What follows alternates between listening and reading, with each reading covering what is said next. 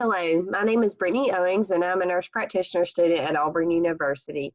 This is my 5-minute video on abnormal uterine bleeding. Abnormal uterine bleeding is defined as acute or chronic bleeding from the uterine corpus that is abnormal in duration, volume, frequency, or regularity. An acute episode of bleeding occurs requiring immediate intervention to stop further blood loss. A chronic episode of abnormal bleeding lasts for 6 months and it does not require immediate attention. There are multiple causes, as you can tell from the diagram on the left. A few of these is polyps, adenomyomas, malignancies, coagulopathies, ovulatory dysfunction, endometrial problems, and trauma. Some signs and symptoms include heavy bleeding, menstrual cycles lasting longer than 7 days, menstrual cycles occurring more frequently than every 21 days, pain, clotting, hot flashes, dizziness, uterine or cervical tenderness, postcoital bleeding, temperature intolerance, hypotension, tachycardia, or an enlarged uterus. Some risk factors include obesity and ovulation, hormone replacement and ovulation, nulliparity, greater than 35 years of age, diabetes, family history of coagulation disorders, liver disorders, and chemotherapy. 3 key questions to ask your patient is: what is the onset, duration, severity, and timing of the bleeding? When did the bleeding start?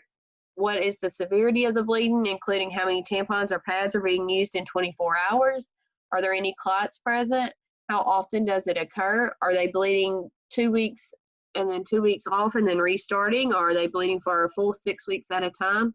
These questions are used to determine how much blood has been lost, and it may require immediate attention to stop the blood loss or even a blood transfusion.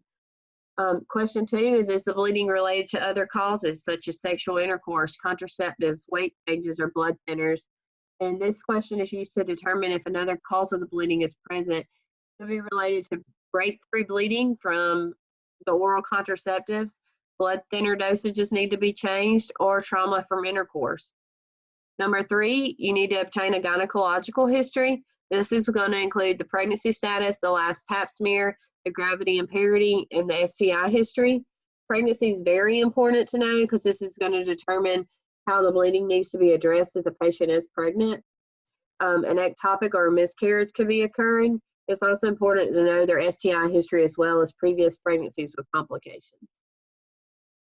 3 key physical exam components. You're going to assess their vital signs. You want to check for hypotension, tachycardia, and hypoxia. This is going to relate to an increased blood loss that could lead to vital sign changes. Number 2, you want to check their skin. You're going to assess for paleness, excess hair, acne, purpura, bruising, or diaphoresis. You'll assess the skin because you want to determine what might be causing the bleeding, including endocrine changes, thyroid changes, and excessive bleeding problems. You're also going to do a speculum vaginal exam. This is going to evaluate for uterine irregularities, including the heavy bleeding, any kind of tumors or polyps that may be present. You're going to assess for the Tanner staging and check for any foreign bodies in the vaginal canal, as well as you can check for STIs at this time. You can also use this exam to rule out any kind of rectal or urinary tract bleeding.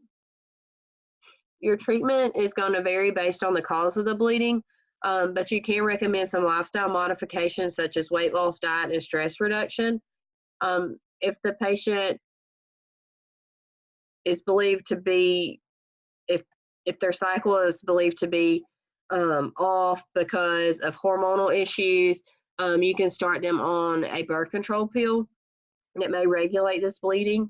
They can also be placed on NSAIDs to decrease pain and blood loss, or estrogen replacement therapy if needed. If these pills do not work, you can always go a surgical route by having a DNC performed, as well as surgical correction may be needed for any kind of structural abnormalities or tumors that may be present, as well as a hysterectomy. Teaching of for the patient, you're going to teach lifestyle modifications that can help with abnormal bleeding, including diet, exercise, and weight loss. You're going to educate them to keep a menstrual cycle log, including the dates of their menstrual cycle, the symptoms, and the tampon or pad usages, as well as you're going to educate on birth control. They need to know that they can't smoke while on birth control, the complications of birth control, as well as how many days of active pills, as well as placebo pills, and that there are multiple different forms of birth control. And this is my references. And thank you for watching.